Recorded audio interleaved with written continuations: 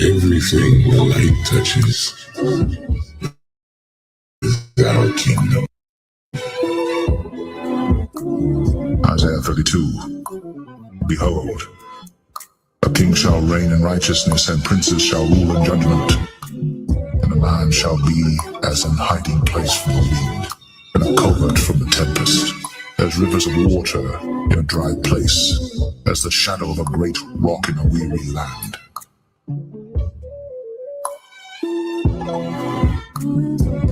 And a man shall be as an hiding place from the wind, and a covert from the tempest, as rivers of water in a dry place, as the shadow of a great rock in a weary land.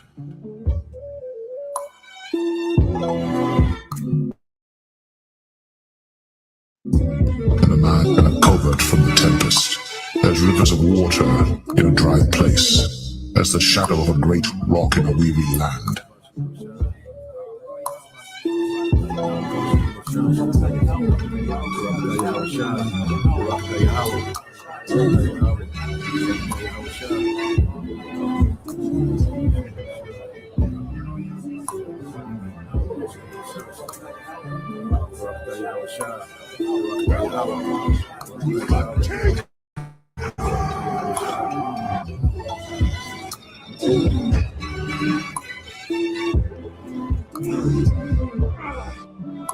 Welcome to the kingdom.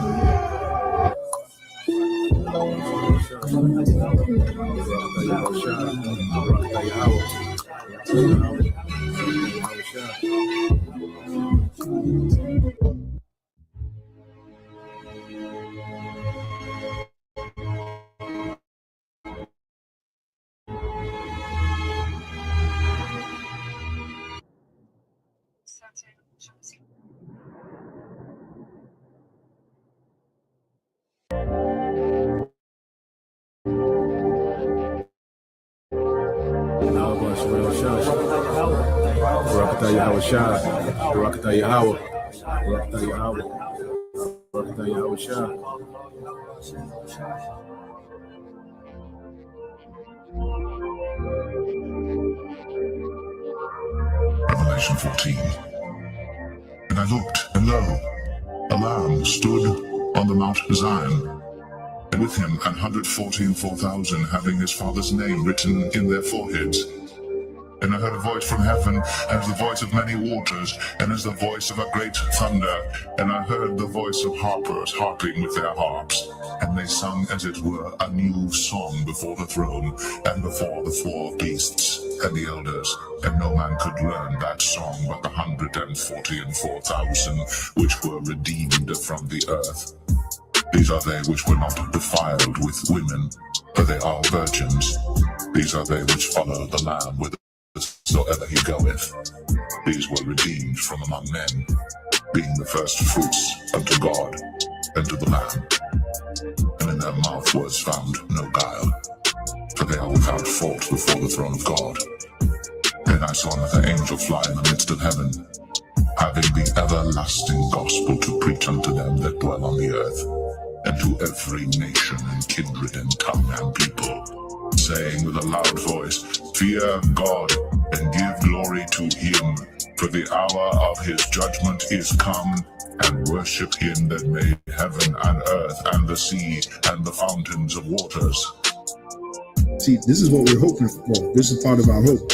Not only that we're members of the elect, with fruits meet for repentance, like John the Baptist said, but from our low estate, because we've been brought low, even though we have this knowledge, we have this truth. Remember what is said in Revelation.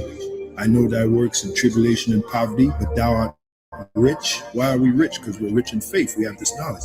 So our hope is at our last end, we're going to be increased. Okay? And if you ask me, the greatest riches right now is to be delivered by Yahushua, is to get that new body that the Apostle Paul spoke about in 1 Corinthians 15th chapter, to get that, get that new body where we'll never be sick, we'll be immortals, like it said in 1 Corinthians 15, to be delivered from the coming destruction, and to be a part of Yahushua's cabinet in the next kingdom. Okay, those are the real riches right now. That's what we want to get. Because if you get that, you got everything. I mean, you got everything. Okay, so our sights are set a lot higher than this present world. All right, as it is written, the fashion of this world shall pass away. We are individuals of vision, and the scripture said, where an individual lacks vision, he perishes. Okay, so we can see the future. All right, and we hope that we're going to be part of it, beginning with the elect.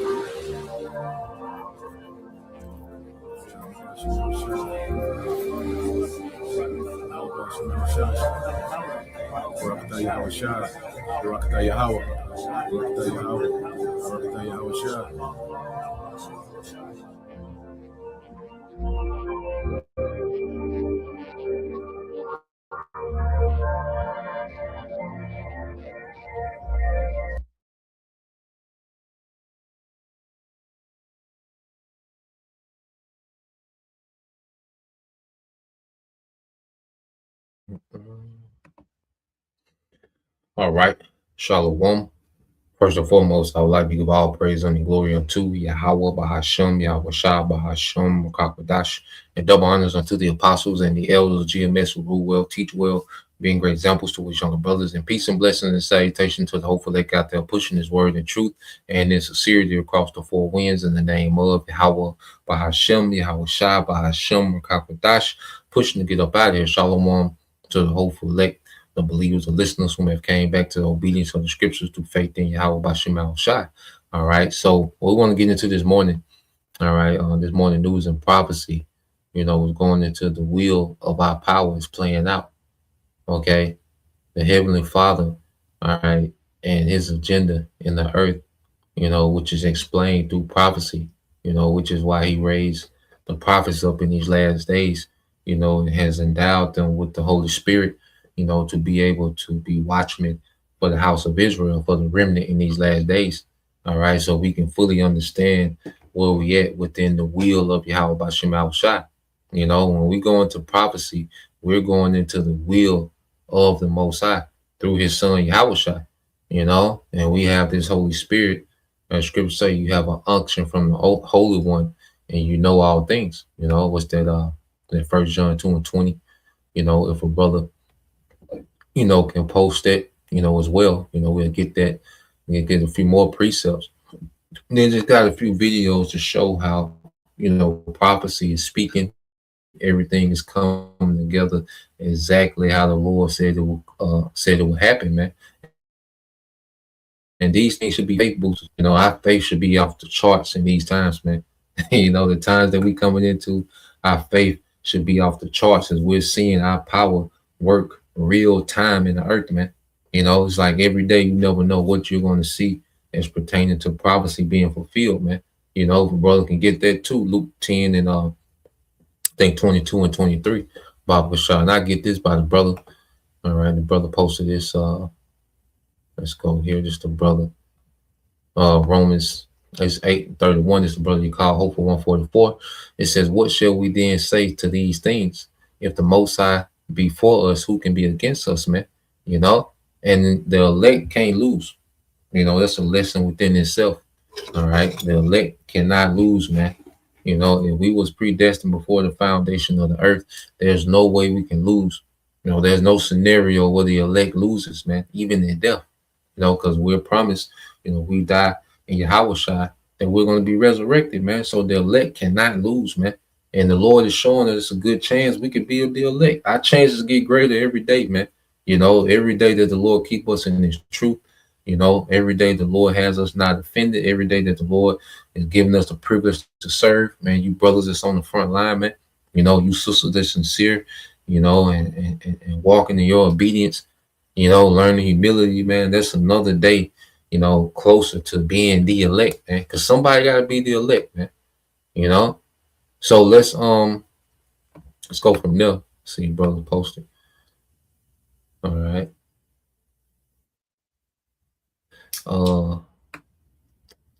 It might be 23, bro. Yeah, it might be 23, Salaki. You know, Luke 10 and 23.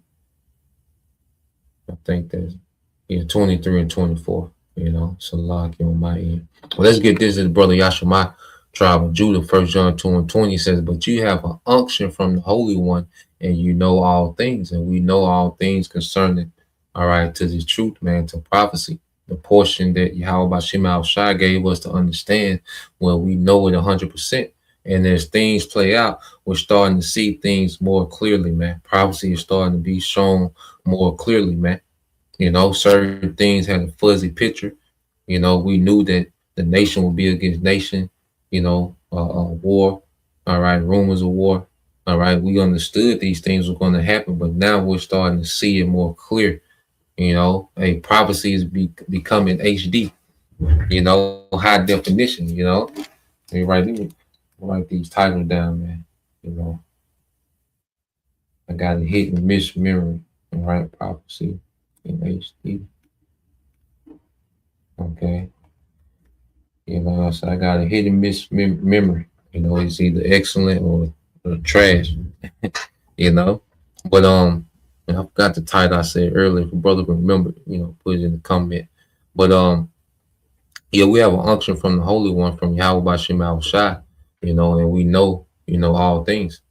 You see, so as we see prophecy happening, things are becoming more clear, man. It went from a fuzzy, you know, you see screen, okay, to now things are in HD. We're starting to see all the details, you know, of prophecy unfold, you know, and that's why I say I like to go into the details, not to just have random information, but to see, you know, because you can see the Lord at work in the details, man, you know.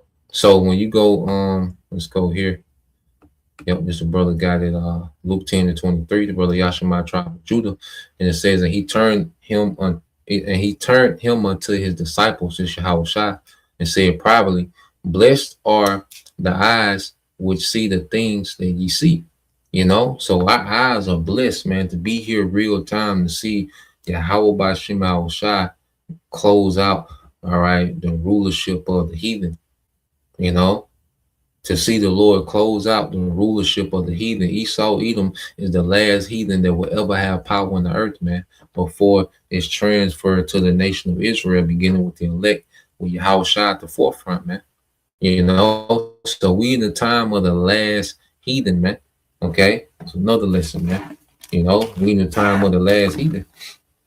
All right, and Esau, Edom, you know, he will be the last heathen that will have power, and he would, you know, cause these nations to go to war, you know, in an attempt to, you know, to do a global reset. But the war, all right, will begin to backfire on them. And how we know the war is backfiring on them? Because everything is lining up with prophecy, man. And it's less about what this nigga got going on and more about prophecy, man. You see what's happening according to prophecy, man. You see, you know, and we're going to get these things and show that, like, nah, man, it's prophecy that we're seeing. Okay, the elites, they had to try to squeeze their agenda within prophecy, man. They had to try to pull off this new world order within prophecy, man. They're not on the outside, all right, countering prophecy. No, they have to try to fulfill their new world order within prophecy, man. Okay, all right.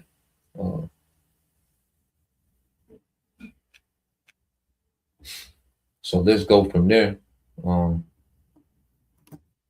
Let's see. Yeah, brother. Hey, you know I'm putting them out there. Hey, you know what I'm saying? If you catch it out the rim, brother, you know, do your thing, brother. It's gonna be great.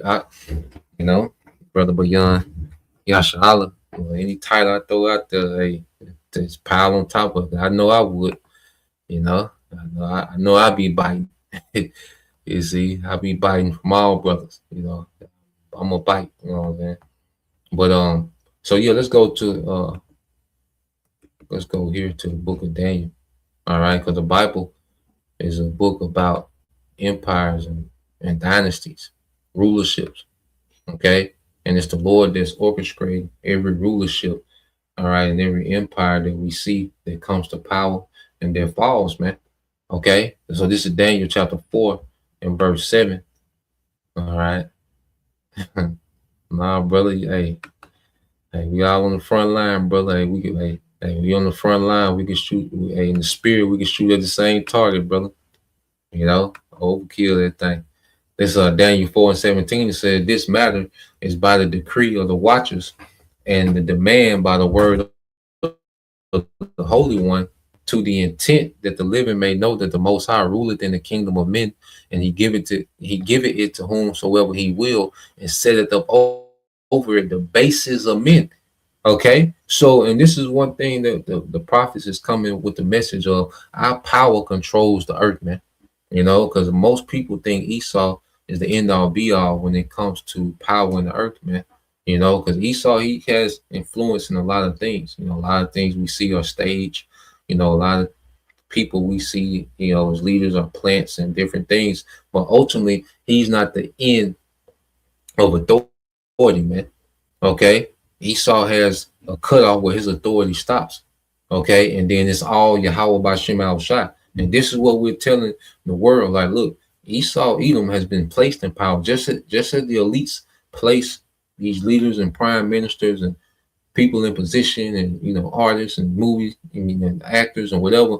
As he placed these people, you know, in positions, well, the Most High has placed this nigga in position, man. Okay, so this man has a limit to where his authority stops, and it's all Yahweh Bashem Al Shai, man. And this nigga has no say so. He just got to deal with it, man. And we seeing now certain prophecy that's happening, and this nigga having to deal with it. Nigga had to pivot. This nigga backpedaling in certain areas, man. All this goddamn pump faking this nigga doing, man. You know, but he loves to try to throw out like he just in full control and he got every. Nah, man, this nigga is scrambling, man.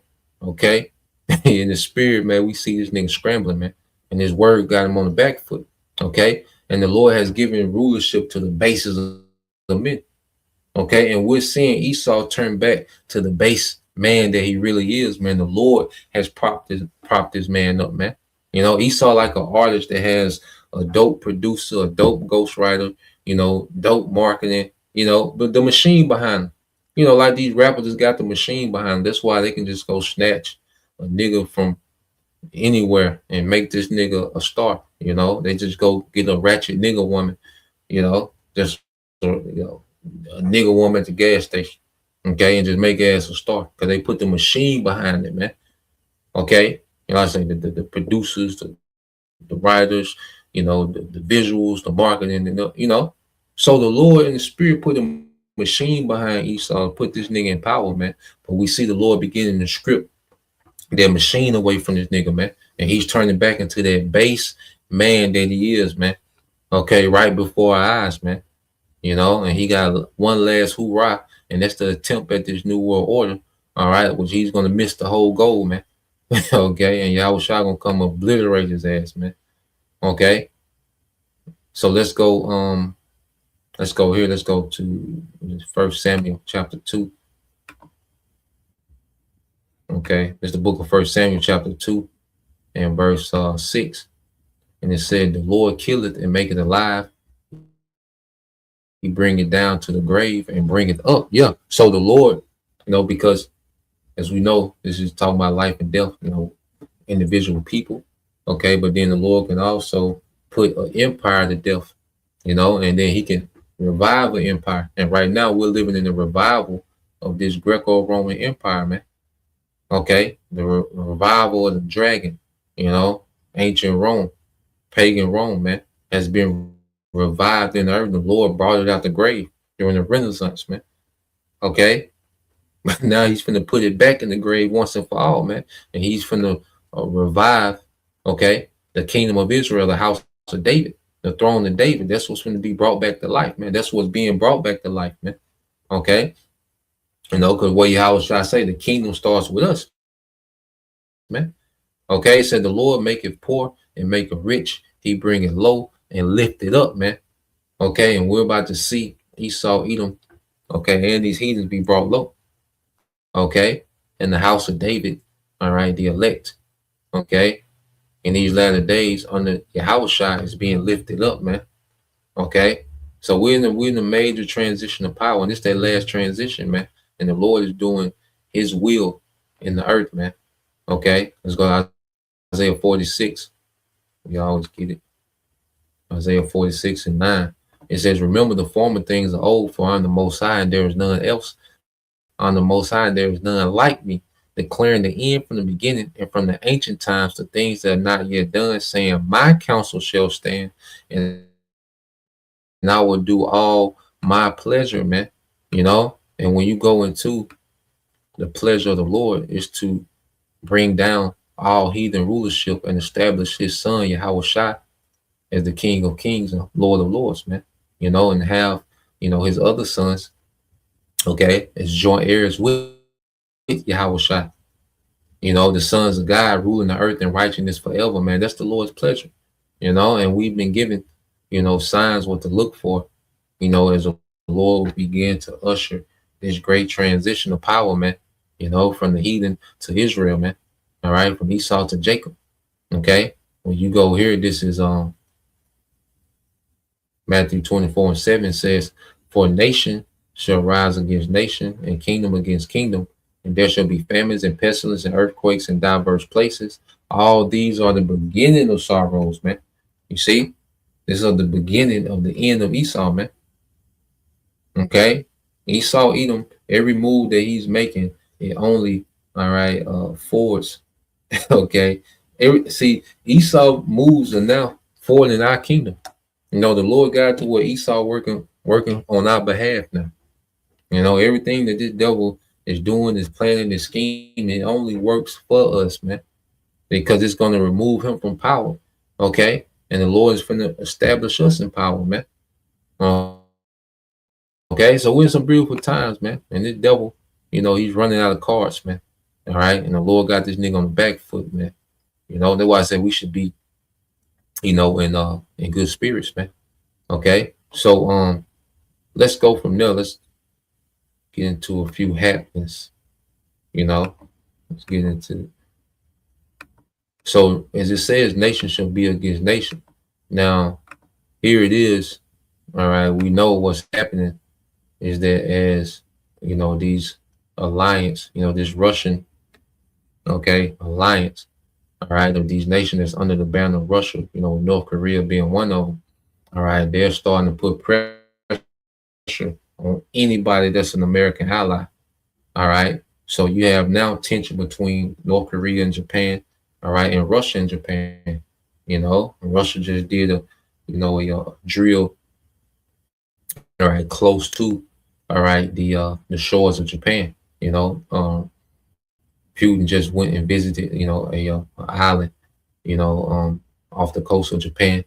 And the Japan Prime Minister was tripping. They had just tested a Tomahawk missile, Japan, which is an American missile. And when they did that, immediately Russia and North Korea put pressure on Japan. Because what Putin really went to do when he went over there to the island of Japan, he just had to check a nigga temperature, man, seeing what's good.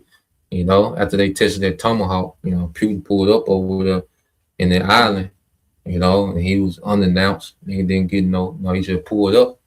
They're trying to see, what's good. They check, they're checking nigga temperature, trying to see, So now you got North Korea, okay, they're fired up about the situation, okay, because they know Japan is nothing but, a buffer state for America. America don't give a damn about Japan. Okay, remember they dropped the atomic bomb on them niggas, man. They don't care about Japan, but they just use Japan as a buffer, against North Korea, China, and Russia. Okay, but what we're seeing, if you are allied to America, nigga, expect maximum pressure, and this is gonna cause a lot of these nations to flip. Because they see that America can't protect their goddamn self. So ain't no way they can protect us, man. This is what Iran has exposed to the world. Because see, American power, was a lot of speculation that America could protect all its allies. That was the understood speculation of American power. That's why America had all these bases and military hardware in all these different nations. And, so it was believed that America could protect Europe, uh, Japan, South Korea, the GCC nations. It was believed that America could protect all that. Okay, but what Iran has shown, nigga, first off, America can't protect their goddamn self. Okay, so they damn for sure can't protect y'all. Okay, so now you're starting to see a lot of movement happening. Okay, to where these nations that's with Russia is starting to put pressure on American allies all throughout the world. If you American ally, nigga, expect maximum pressure, man. Okay, because they know, oh nigga, you ain't got no protection. You see, like nigga, you unprotected. Okay, okay. So let's play a little bit of this.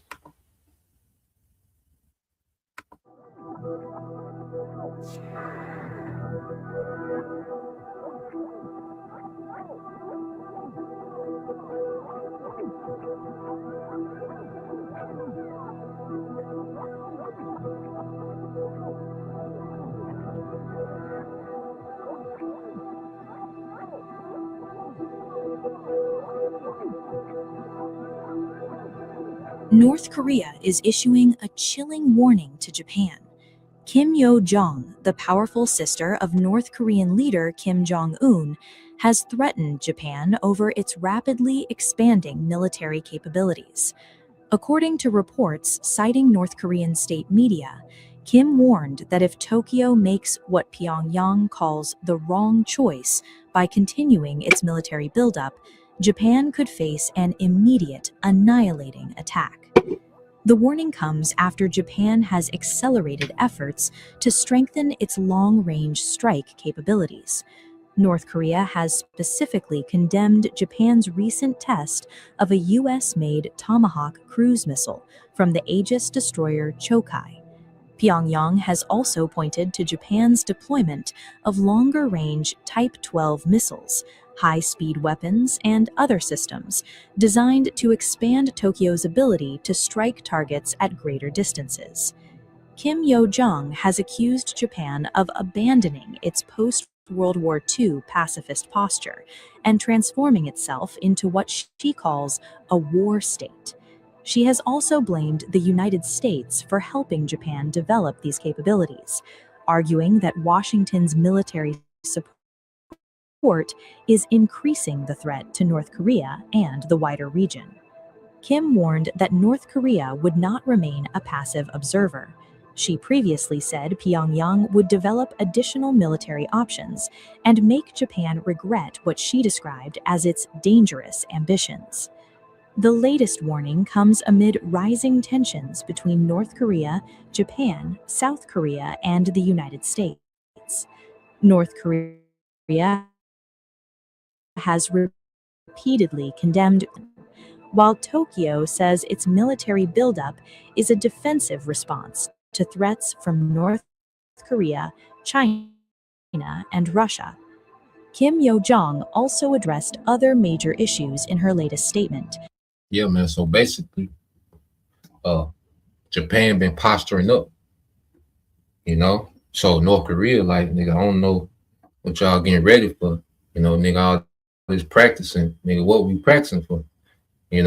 So the spirit of war is in the atmosphere, man. And it started with these goddamn small hats, man. We're gonna show how these small hats are behind all this, man, because small hats through America, okay, against Iran, okay, and what they started and what they exposed, was America's weakness, and then what it showed as well, all right, that these nations are better off, making alliances outside of America, man. Okay, so what we're seeing now is just a spirit of war that the Lord has in the air, man. So all this tension that's been brewing, under the surface for all these years, now we're seeing these nations begin to make moves and speak up on certain things. Okay, because it's nation against nation, kingdom against kingdom. That's what a world war is, man. It's a bunch of conflicts rolled in one. Okay, so now you're seeing all these tensions that's been brewing under the surface for years. Now they starting to be addressed, you see. So Japan, is over there defenseless, against Russia, China, and North Korea. You know, so now you're seeing pressure being put on Japan, which is an American ally. Okay, and we're going to continue to see more and more of this, man. All right, let's go from there. Let's go from there. You know, and all these nations are going to flip on America, man, because now being an ally with America has no benefits. There was a time when being an ally with America was the best thing going. Okay, but now we're coming into a time being an ally with America just put you in the crosshairs, man. Put you in a jacked up situation, man. Okay, you know, you're defenseless. Okay, yeah, you know, your economy, because Japan relies on a lot of the oil that comes out the Strait. Okay, so Japan economy been trash lately. It's been through. You know, then you know militarily they can't do nothing, man. You know, against Russia, China, and North Korea, man. Okay, America can't defend them. Then America moved some of those THAAD systems, you know, from South Korea, and we gave them to the small hats, man. Okay, and that's another thing. These nations see that America's only priority is these goddamn small hats, man. You know, so all these defense agreements and pacts that America had with these nations, America can't fulfill it, man. You know, and we're seeing the empire. We're seeing a desperate empire, man, with America. Okay, now of course they want to bring hell to the American population. All right, to create desperation for them to take the sea hill. But the American empire, you know, the economy and the military that has, you know, dominated the earth is now in decline. Okay, now we're seeing desperation from the empire, man. Okay, and it's going to continue to unravel, man, because the will of the Lord is going forth, man. Okay, now let's play a little bit of this, because you remember the news with the Abraham Lincoln. You know, the sailors were complaining, and you know the living conditions. You know, the ship, you know, the aircraft carrier pretty much turned to a you know Rocket Island. You know, and then you know nigga jumping off the ship. But they're saying there's even more suicides now on the U.S. aircraft carrier George Washington, which is sailing out to replace the Abraham Lincoln, the USS Abraham Lincoln, man. You know, so let's hear about a little bit of this, man. There's a number of bad news for, you know, America, man. And Bob Bashar, brother, could put Isaiah 43:13 in the NLT, Bob Bashar.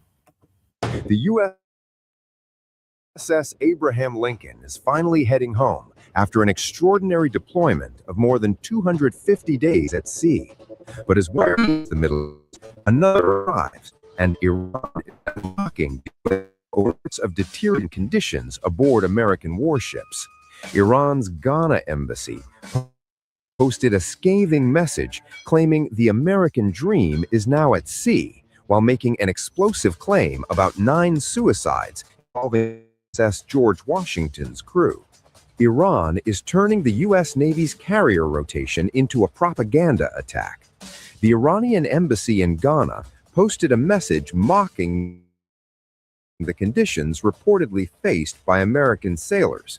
It claimed the USS Abraham Lincoln endured moldy showers, malnutrition, starvation, broken toilets, and no soap during its deployment. Then it claimed the USS George Washington's crew had suffered 9 suicides. And Iran's punchline? The American dream now at sea. The most explosive. They said the American dream is not now at sea. You know, and see, even with the information war, the propaganda war, America is losing it. You know, because Iran talk about those aircraft carriers. They say the American dream is now at sea. Okay, which is harsh living conditions, suicide rate, and that's what's happening in America, man. Okay, suicide rates on the rise, homelessness is on the rise, food insecurity is on the rise. So they saying, well, look, now the American dream is at sea on the aircraft carrier, man. Okay, so America is losing in every way possible, man. Okay, economically, militarily, propaganda, they're losing in every aspect.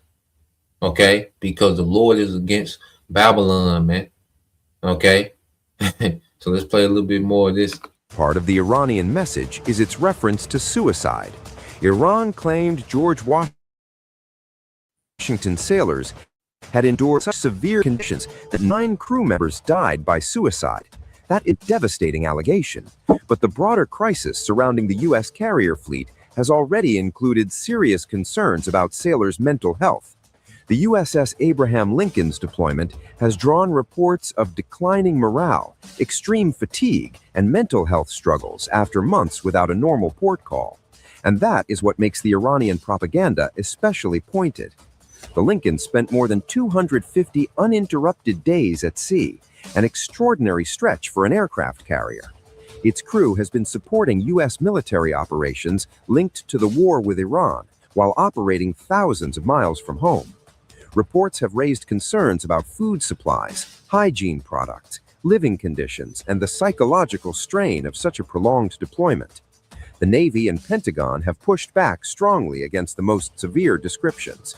Defense Secretary Pete Hegseth has called reports about conditions aboard the Lincoln completely misrepresented. Now the USS George Washington has arrived in the Middle East to take over the Lincoln's mission. The handover means the Lincoln can finally begin its journey home after nearly 9 months of deployment. But Washington is not entering a quiet theater. The carrier is joining the USS George H.W. Bush in the region as the United States continues military operations connected to Iran. And that means the pressure on American sailors is far from over. Nigga through. Okay? They gotta get out of there, man. Had to bring them niggas home. Nigga crying to their mama, to their wife. You see, an American man, you know, American society, you know, is producing these weak ass men. Okay, here it is. You put these sailors on this aircraft carrier, man. You know, and you take them off thousands of miles, man. These men don't have the mental strength, all right, to pull off, all right, these missions, man. Okay, they ain't got what it takes to be locked in like that, man. These are niggas that come home and be ran by their woman, but then you think they finna go over there and enforce their will on men that don't give a damn? Absolutely not, man. Okay, so let's go here. Yeah, here you go. Yo, this is the book of Isaiah 43 and 14. They call Hope for Leg 144. And going back, this is just prophecy playing out, man. Okay, them aircraft carriers are becoming irrelevant, and they used to be the staple of American military power. Is these aircraft carriers, man, to be able to pull up on your coast, all right, and just do these unlimited bomb campaigns, okay, then fire off missiles from the aircraft carrier, okay, and just devastate, you know, your country, man. Aircraft carriers, man. These aircraft carriers are having to stay so far back that they're becoming irrelevant, man. And that's why they're just sitting ducks out there, man. And then they're able to disrupt the logistics to getting supplies to those aircraft carriers, man. So those aircraft carriers are becoming irrelevant, man. You know, and that's why they have to keep going in and out of the combat zone, man. Okay, Isaiah 43 and 14. This is what the Lord says, your redeemer, because it's all about the redemption of Israel, man. Everything we see happening is the Lord preparing to redeem his people, man. Okay, like I say, the elites and they little agenda they got going on, hey, that's finna be wiped out. Okay, the Lord finna wipe all that out and redeem his people, man. Okay, damn them coward ass elites, man. Okay, it said, for your sakes I will send an army against Babylon, forcing the Babylonians to flee in those ships they are so proud of, man.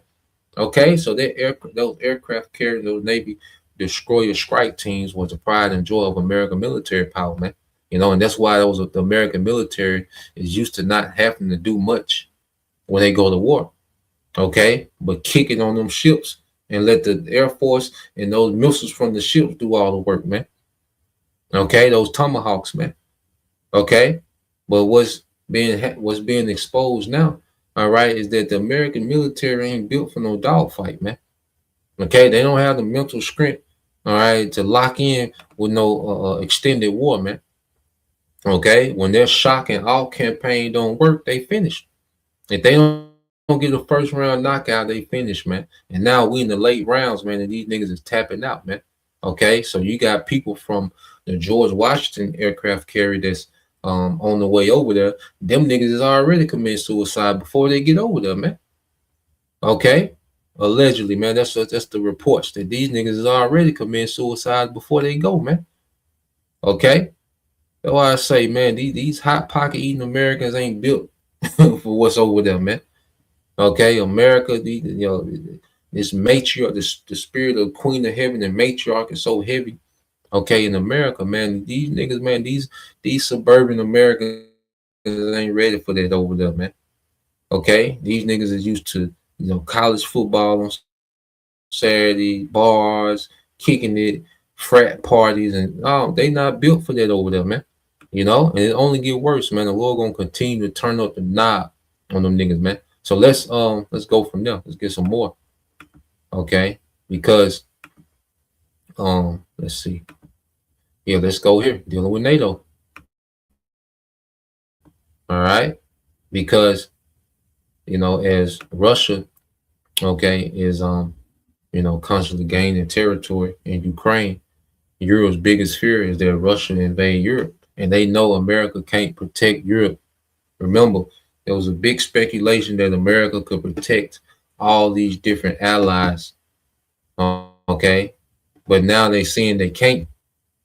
So now the strategy is changing amongst these nations. Like, look, America not the option. America not the best option anymore. For the longest time, alliance with America was the best option for these nations, man.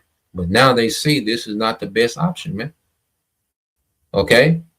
Even economically, man, dealing with Europe, it makes much more sense because Europe depends on a lot of their oil that comes from the Strait of Hormuz.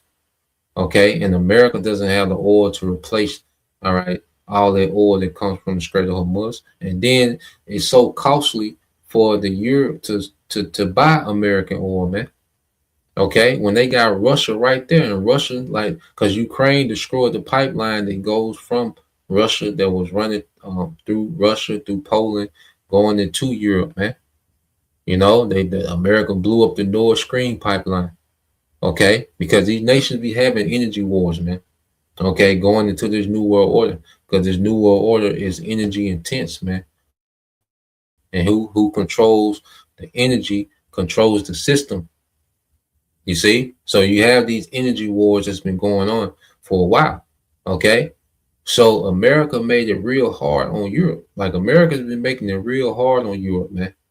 Okay. I'm talking about real hard economically, militarily. They made it hard on Europe, man. Okay. And now what we're seeing, the Lord is setting it up to where Europe's best option, these EU nations' best option, is just to side with Russia, man. Nigga, let's just side with Russia. In their mind, they're like, we just get a pipeline built from Russia that's gonna be cheap, that's gonna be cheaper energy, okay? And then we allies with Russia. We don't need America to protect us from Russia, okay? That's the thinking that the Lord got these nations on to fulfill prophecy, man. Okay, it's just gonna make a lot of sense for you. Like, nigga, we ally with Russia. We don't need America to protect us from Russia, because NATO was created to protect an invasion of Russia into Europe. Okay, but if you're allied with Russia, it means you're going to get cheaper energy, which is going to be better for your economy, and you don't need American protection to protect you from Russia because you're allies now. Okay, so America is being written out the script, man, and it's going to make perfect sense to the nation. Look, let's just nuke this bitch, man. Okay. That's what it's going to boil down to. So let's play this. Not sticking together. I think that NATO made a terrible mistake, but I think a tremendous mistake was when NATO just wasn't, they just weren't there. And we would have always been there for them, but now based on their actions, I guess we don't have to be, do we? Mr. President, That sounds like a breaking story, yes, sir? Is that breaking it? Not sticking together. I think that NATO made a terrible mistake when they wouldn't send a small amount of military armament, when they wouldn't send, just even acknowledge what we were doing for the world and taking on Iran. I never considered it very risky, but war is always risk. You know, a lot of strange things happen in war that are very bad, but I didn't consider it. I know how great we're the greatest military by far. Anywhere there was nobody close. I didn't think there was a big risk, but there's always surprises with war. They can be very bad surprises. I mean, wars are lost that should be won. Many wars are lost. You think a country is going to wipe somebody out and they end up getting wiped out themselves. So it's always. So he said two main things, you know, talking about with the NATO alliance and how it don't stick. Okay, we're gonna get that in prophecy. And then he said, you know, we expected to wipe them out, but sometimes you end up getting wiped out yourself, man. This prophecy, man. The Lord got these devils speaking these things, man. Okay, because this nigga just up here talking, man. You see, was this a spirit on this nigga to say particular things because he don't know shit about war. That's why he can speak only in such vague terms. You know, you think you're gonna wipe somebody out, and then you end up getting wiped out. Okay, nigga said it.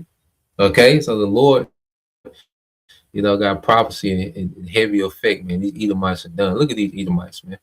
Look at these niggas, man. These are the niggas that run the world. I'm talking about immortality, you know, technocracy, man. Nigga, get out of here, man.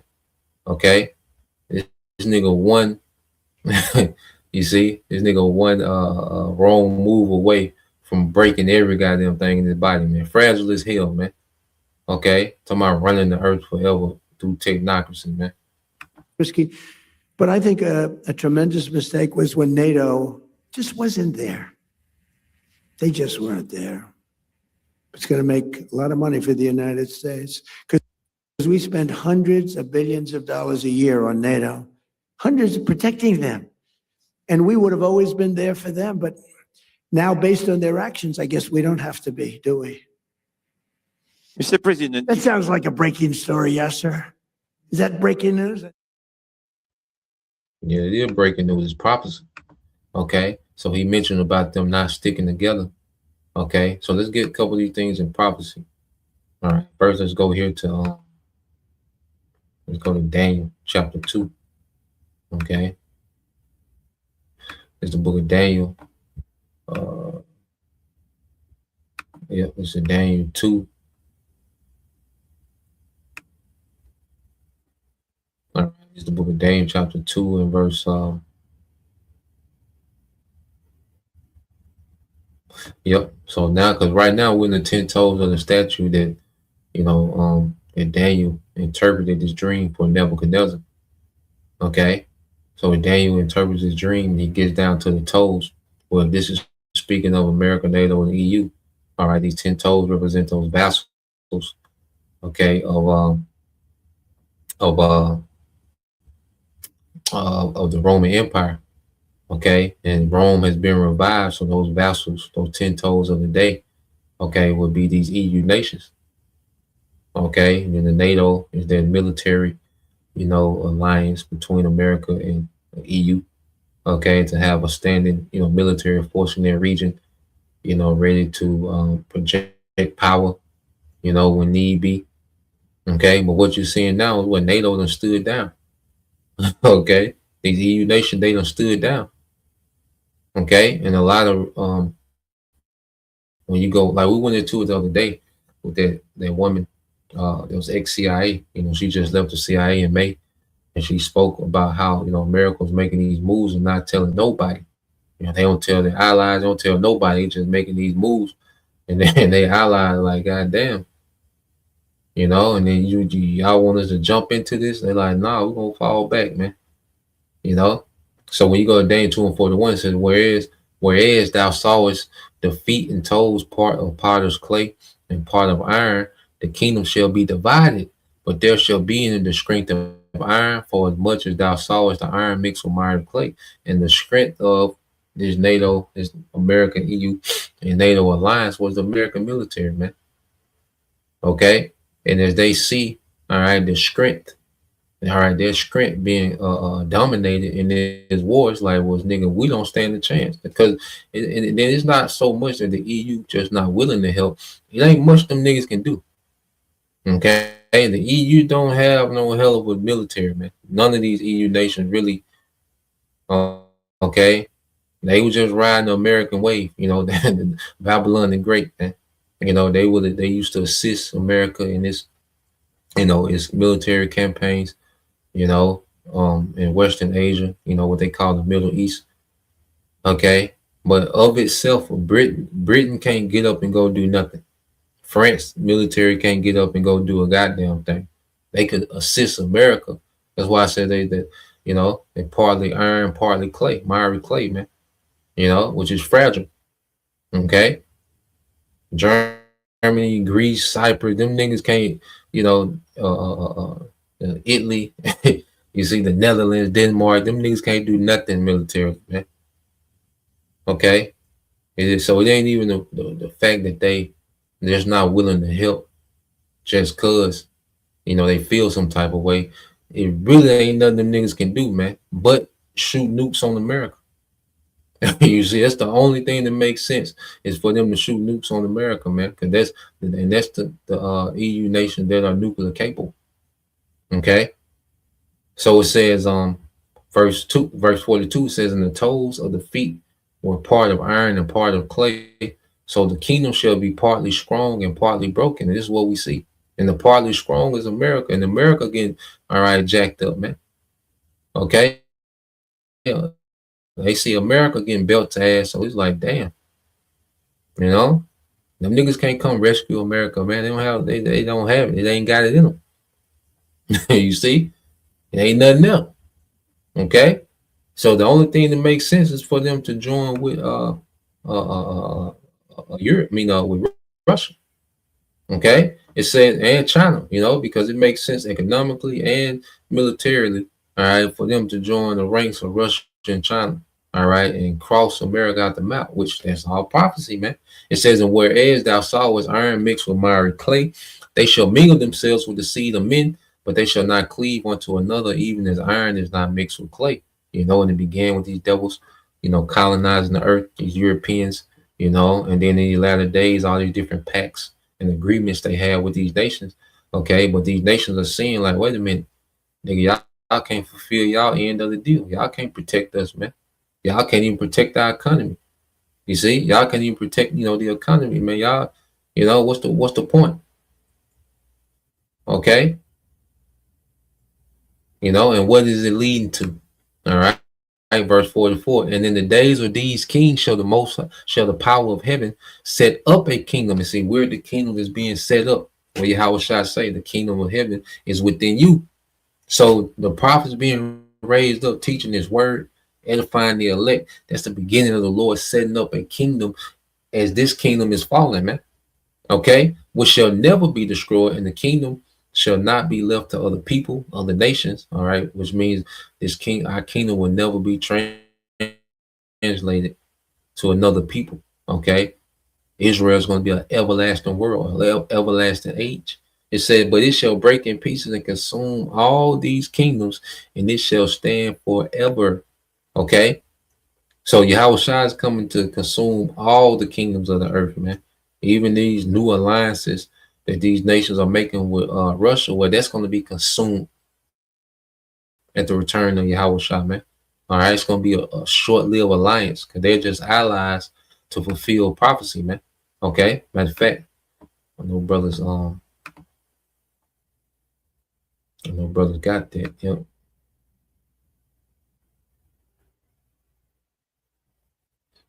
Yeah, let me get this. Let me queue up another. Got a couple more. Let's queue this up. Yep. So let's read. This is the brother Yashima tribe of Judah. Revelation 17:17. For the Most High have put it in their hearts to fulfill his will and to agree and give their kingdom unto the beasts, until the words of the Most High should be fulfilled. So these nations agreed, to give over their, the control, because the global economy was controlled by what? America. All right, which is the elites, using, America, all right, like a storefront, to the global economy. You see, because it's the elite system, all right, that runs America economy, which runs the world. You see this petrodollar system. This is what dominated the global economy. And then the EU nations gave their security obligation to America as well. You know, that's why they haven't been investing a lot into the military, because it's like, see, they all invested into America and NATO. Okay. But even NATO, you know, is fragile. You see, and most of the money was going into America, man. It was like, okay, America just gonna protect everything. You know, we just gonna ball on the economy, and America protect. You know, let America handle the military aspect. Okay, so it made these nations vulnerable, man. Okay, but they did that to fulfill the will of the Lord. So now these EU nations are in a position to where the only thing that makes sense, and right, is to shoot nukes on America, man. And that's why we read verse 17, and the 10 horns which thou sawest upon the beast, these shall hate the whore, and shall make her desolate and naked, and shall eat her flesh and burn her with fire, man. And that's nuclear destruction, man. Okay, so all these nuclear capable EU nations are going to launch their missiles on America, man. Okay, America, the Lord has it to where these nations are writing America out the script. Okay, America is becoming the source of all the strife amongst these nations, man. You know, and they like, look, we gonna go into this new world order without this nigga, man. Okay, we gonna do our own thing. You see, and that's what we see happening. All right, and it's all according to prophecy. Now, let's play this, because remember, Ezekiel 38, the three powerhouse nations in Ezekiel 38 is Russia, which is Magog, all right, Iran, which is Persia, and Turkey, which is Gomor. Okay, now we see, all right, that Iran and Russia are already click tight. You know, they're pretty much, you know, side by side on in two different fronts. In Russia with Ukraine, and Iran with America. Okay, which the small heads are using America and Ukraine like a proxy. Okay, so now these small heads have gotten Russia. They drag Russia into a war. They drag America and Iran into a war. Now their thing is to drag Turkey into a war. Okay, which is going to complete the last nation of Ezekiel 38. So this is great news, man. This is beautiful, man. Okay, what the Lord is doing. You see, we're seeing our power at work real time. We're seeing our power get busy in the earth, man. And He's getting ready to redeem His people. So all these things are beginning to happen, you know, real time. All right, so let's play this. All right. It means short term. I just think long term, it's another indicator that you're going to see a collision between the Turks and the Israelis. And as I say, it's a very bad idea because in the meantime, you've had this new alignment: Saudi Arabia, Pakistan, Turkey. If you're running your own business, you need Symphony. And everybody has said, well, what's it really about? Well, contrary to popular belief, it's not about attacking Iran. I'm sorry, it is not an anti-Iranian alliance. It has a great deal to do with putting an end, ultimately, at some point in time, to the Greater Israel Project. They're not going to allow that to succeed. So under the circumstances, you would say the prudent thing for the Israelis at this point is to find a way to avoid any unnecessary collision with Turkey until certainly this issue with Iran is settled. Well, they've chosen not to do that because, well, they're arrogant, and they're also completely confident that they have control of us. So they seem to think that in addition to fighting the Iranians, that we could be dragged into a conflict with the Turks as well. And of course, they've also built an alliance system in a sense because they're closely aligned with the Greeks and with Cyprus against the Turks. And they hope that our Mediterranean fleet and whatever forces we have could be employed in that endeavor. Ultimately, everything's shaping up brilliantly for a much larger regional war, something no one expected. But we expect, okay, we expected this through what? Prophecy, man. This is our faith. You know, we're seeing our faith, you know, play out. Okay. You see, we're seeing our faith play out real time, man. We expected this war to go regional and then eventually go global. Okay, so what the small heads did, um, they struck an air base in northern Syria. Now, this air base, all right, was a Turkey. Okay, it was Turkey getting ready to establish military presence in northern Syria. Okay, and they was getting ready to build up, military in northern Syria. They had sent personnel, okay, to this air base. All right, and what the small heads did, they went and did an airstrike on their air base. Pretty much telling Turkey, little nigga, y'all can't build here. Y'all can't have a military presence in Syria. Okay, this is going to draw Turkey into this thing, man. Okay, so what the small heads just did was just knock down the first domino for Turkey to get involved militarily, man. Okay, and who are they going to join ranks with, man? Okay, according to Ezekiel 38, Russia and Iran, man, and then and small heads are through, and the small heads are starting all this, and they think they're gonna fall back and watch everybody else fight, and then they just gonna merge at the end as the last, government, they're gonna merge as the government is gonna rule the earth going forward. Nah, man. All right. These nations gonna get on these small heads' ass, man, according to Ezekiel 38. All right, Zephaniah 2 and 4. Okay, they gonna get on these small heads' ass, man. Okay, so it's gonna go. Everything that these devils are doing is gonna backfire and go bad for them. And you gotta remember, the least of these Edomites that survived this war are going into captivity, man. Okay, that New World Order, that shit, hey, this is a bad idea. All right, it just became worse. Okay, now they still want to be able to wreak a lot of havoc as far as civil unrest. Okay, the Lord is still going to use them to judge and cause a lot of death, in an attempt to set up this new world order. If you look at it from another view, man, hey, it's going to be everything Esau doing from here on out is going to be short-lived. Okay, there's no more decades and generations. No, everything is going to be short-lived. It's going to be quick. Okay, and Yahweh Shai is going to come. Okay, and judge in righteousness, man. You see? So let's play a little more.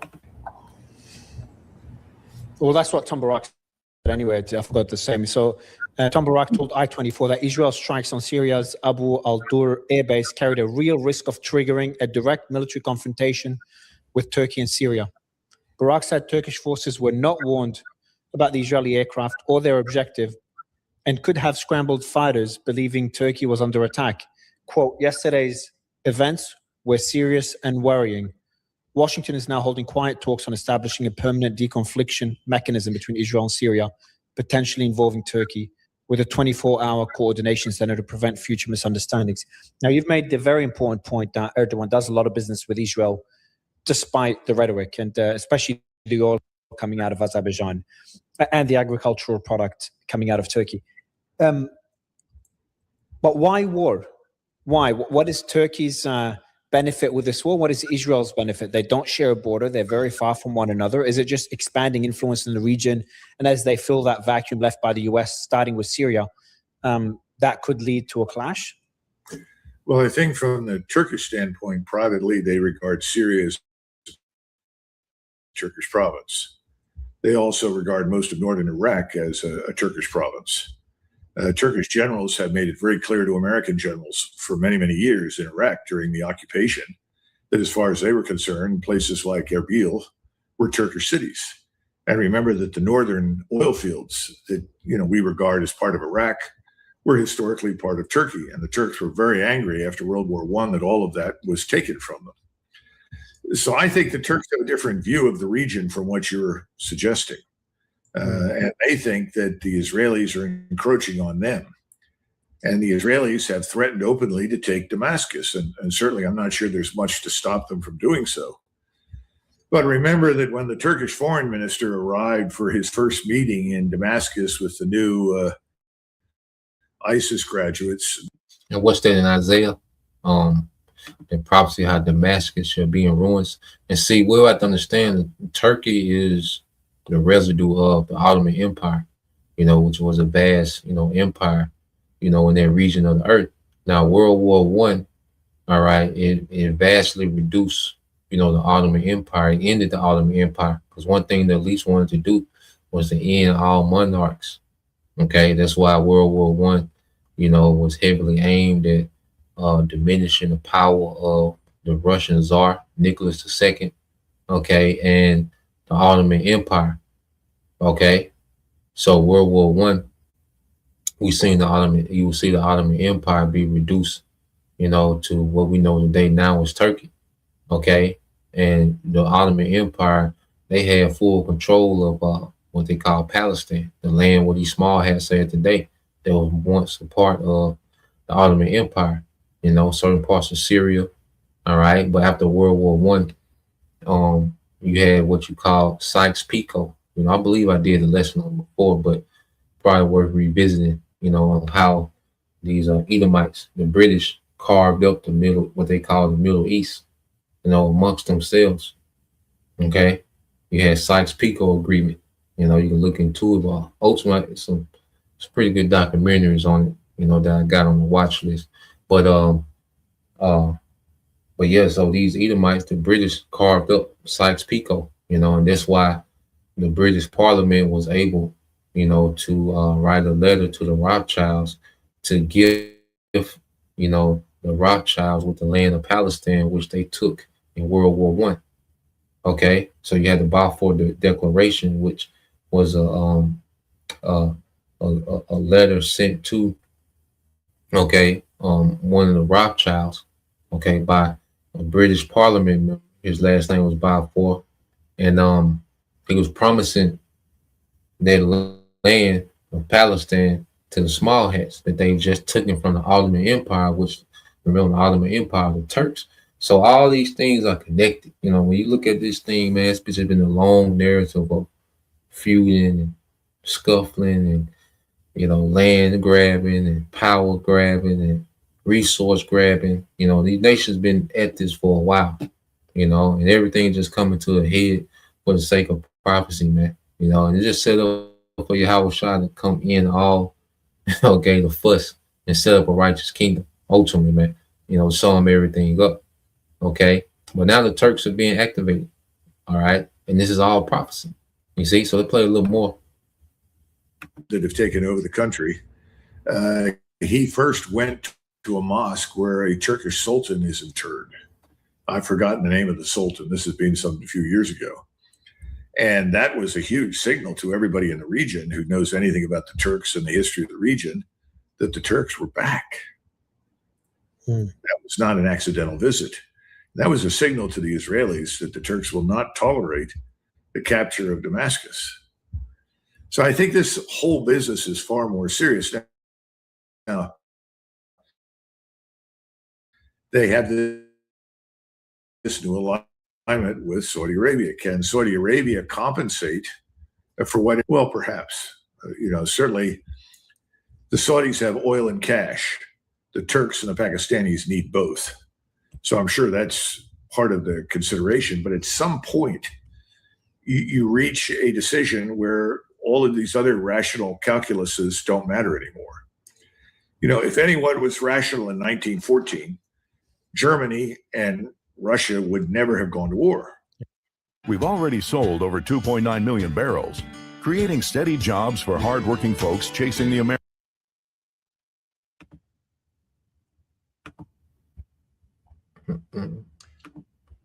All right, so let's go from there. And that's in that's the one right here the brother got. Okay, so this is the brother, according to Wild GMS Pray, always hopeful elect. Isaiah 17:1, it said, the burden of Damascus, behold, Damascus is taken away from being a city, and it shall be a ruinous heap, because it's finna get hot in that region, and that's the close to the region of the Valley of Jehoshaphat, Yahweh Shaphat, that's in the region of northwest Syria. Okay, Damascus in that region. All right, so the Lord is starting to intensify, these certain areas of war, All right. And it's all been activated by prophecy, man. Okay. You know, you go into the region of Jehoshaphat. And I'm gonna show y'all real quick. The brother just sent me he sent to me this morning, the beloved brother Elder Shaquat from down here, GMS, Mississippi. So let's play and let's go to a visual of what's happening between these small hats and Turkey right now. So let's play this. You know, this kind of visual explaining what's happening, what he was just talking about. Happened. Israel has made an indirect move against Turkey. In other words, it has issued a warning that a war between Israel and Turkey could break out at any moment. What happened is that yesterday Israel bombed the Abu al-Duhur airbase located in Syria. This airbase is just 45 miles from Turkey. Israel dropped around 8 bombs on the runways and hangars of this very airbase. According to Axios, Israel gave the US an explanation that the main reason for bombing this airbase was Turkey, and that this attack was carried out specifically to prevent a Turkish military buildup inside Syria. Syria's foreign minister Asad al-Shaibani told Axios that he had clearly told Israel there was no intention of establishing any permanent Turkish military presence, but Israel bombed anyway. Turkey has also rejected Israel's claim, saying there was no Turkish presence at that airbase at all. It seems Israel has now started considering Turkey as its biggest enemy these days. Many Israeli ministers have even declared Turkey a bigger threat than Iran. Meanwhile, the US considers both Turkey and Syria to be close allies, but Israel will always remain its first priority. And as Israel and Turkey keep threatening each other, it looks like a new front is about to open up in the Middle East. And it's all prophecy, man. And it's all prophecy speaking. Okay. So let's I had another video, but I just added to another news and prophecy of Aratazah, you know. But let's go here to the book of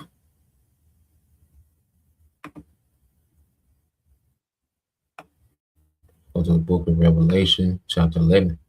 Because this is what everything boils down to. Okay. Everything boils down to the return of Yahushua, man. Okay. And all this war, all this turmoil, you know, all these different fronts and conflicts and nation against nation and kingdom against kingdom is just ushering in Yahushua, man. Everything is ushering in Yahushua, which is our victory, man. You know? So like you say, bro, when you look at the scoreboard of prophecy, we up. Everything is falling right into place, man.